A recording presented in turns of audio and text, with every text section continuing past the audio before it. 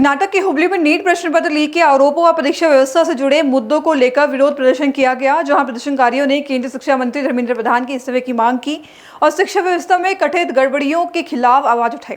बताते प्रदर्शन के दौरान केंद्र सरकार की नीतियों की आलोचना करते हुए शिक्षा व्यवस्था में पारदर्शिता और छात्रों के हितों की रक्षा के लिए आवश्यक कदम उठाने की मांग की गई। दरअसल हुबली में डॉक्टर अम्बेडकर सर्कल से तहसीलदार कार्यालय तक निकाले गए विरोध मार्च में प्रदर्शनकारियों ने नीट परीक्षा में कथित पेपर लीक, परीक्षा प्रशासन की नाकामी और अन्य अनियमितताओं की आलोचना की। प्रदर्शन के दौरान नई दिल्ली में अनिश्चितकालीन भूख हड़ताल पर बैठे पर्यावरणविद और सामाजिक कार्यकर्ता सोनम वांगचुक से जुड़ी पुलिस कार्रवाई का भी विरोध किया गया।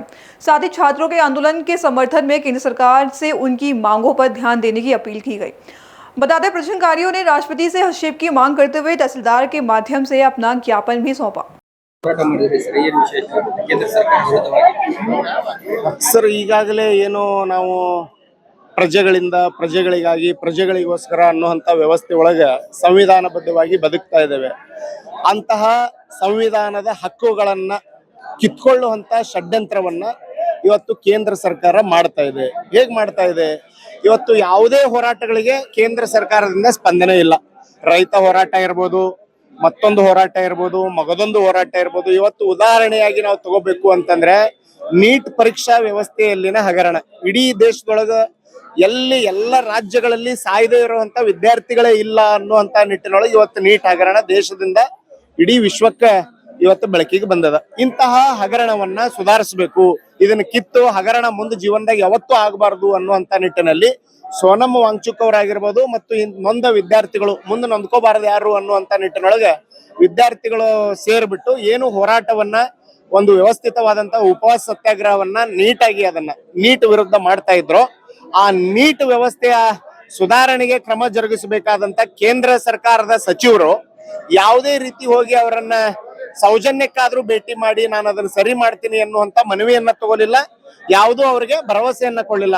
ಅದರ ಬದಲಾಗಿ ಕೇಂದ್ರ ಸರ್ಕಾರ ಏನ್ ಮಾಡ್ತು ಅಂತಂದ್ರೆ ಸೋನಮ್ ವಾಂಗ್ಚುಕ್ ಅವರು 20 ದಿನದ ಉಪವಾಸ ಸತ್ಯಾಗ್ರಹವನ್ನ ಹತ್ತಿಕ್ಕುವಂತ ನಿಟ್ಟಿನಲ್ಲಿ ಅವರನ್ನ ಬಲವಂತದಿಂದ ಬಂಧನಕ್ಕೊಳಪಡಿಸೋದ್ರ ಮೂಲಕ ಅವರನ್ನ ರಕ್ಷಣೆ ಮಾಡ್ತಾ ಇದ್ದೇವೆ ಅನ್ನುವಂತ ಸುಳ್ಳು ಹೇಳಿಕೆಯನ್ನ ನೀಡ್ತಾ ಇದೆ.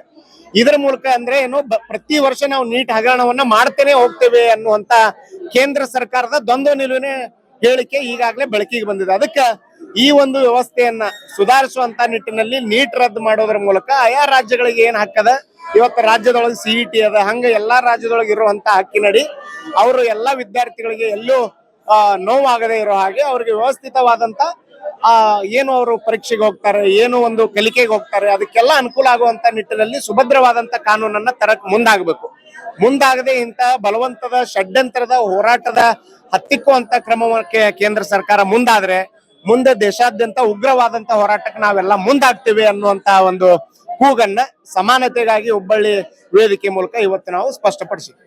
Thank you. ನೀಟ್ ಪರೀಕ್ಷೆಯ ಪ್ರಶ್ನೆ ಪತ್ರಿಕೆಗಳ ಸೋರಿಕೆ ವಿರುದ್ಧ 1 ತಿಂಗಳಿಂದ ದೆಹಲಿಯಲ್ಲಿ ಮತ್ತು ದೇಶಾದ್ಯಂತ ವಿದ್ಯಾರ್ಥಿಗಳ ಹೋರಾಟವನ್ನು ಆರಂಭ ಮಾಡಿದರು. ಇವರಿಗೆ ಬೆಂಬಲವಾಗಿ ಸೋನಮ್ ಅವರು 20 ದಿನಗಳಿಂದ ಉಪವಾಸ ಸತ್ಯಾಗ್ರಹ ಮಾಡಿದ್ದಾರೆ. ಸರ್ಕಾರ ಅನ್ನೋದು ಬದುಕಿದ್ರೆ ಅವ್ರನ್ನ ಕರೆದು ಮಾತಾಡಿಸ್ಬೇಕಾಗಿತ್ತು. ಪ್ರಧಾನಮಂತ್ರಿ ಬೇಡ, ಶಿಕ್ಷಣ ಸಚಿವರಾದ್ರು ಕರೆದು ಮಾತಾಡಿಸ್ಬೇಕಾಗಿತ್ತು. ಕರೆದು ಮಾತಾಡಿಸುವಂತ ಸೌಜನ್ಯ ಇಲ್ಲದಂತ ಸರ್ಕಾರ ಇವತ್ತು ದಿಲ್ಲಿಯಲ್ಲಿ ಮನೆಗೇಡಿ ಶಿಕ್ಷಣ ಮಂತ್ರಿಗಳು ಇದ್ದಾರೆ, ಧರ್ಮೇಂದ್ರ ಪ್ರಧಾನ್ ಅಂತ. ಅವ್ರು ಮೊದಲು ರಾಜೀನಾಮೆ ಕೊಡಬೇಕು. ಎಲ್ಲ ಅನೇಕ ಪ್ರಶ್ನೆ ಪತ್ರಿಕೆ ಸೋರಿಕೆ ಆದ ನಂತರ ಅನೇಕ ವಿದ್ಯಾರ್ಥಿಗಳ ಸಾವನ್ನಪ್ಪಿದ್ದಾರೆ, ದುರಂತ ಸಾವನ್ನಪ್ಪಿದ್ದಾರೆ. ಅದ್ರ ಹೊಣೆ ಕೇಂದ್ರ ಸರ್ಕಾರ ವಹಿಸಬೇಕು. ಪ್ರಧಾನ ಅವರು ರಾಜೀನಾಮೆ ಕೊಡಬೇಕು. ಇದು ಈ ನಿರ್ಲಕ್ಷ್ಯ ಮಾಡಿದ್ರೆ ಏನ್ ಪ್ರಧಾನಮಂತ್ರಿ ಇದ್ದಾರೆ ನರೇಂದ್ರ ಮೋದಿ, ಅವ್ರ ರಾಜೀನಾಮೆಗೆ ನಾವು ಒತ್ತಾಯಿಸುವಂತ ದಿನಗಳೇನು ಮುಂದೆ ಬರ್ತಾವಂತೇಳಿ ನಾನು ಸನತ್ ಕುಮಾರ್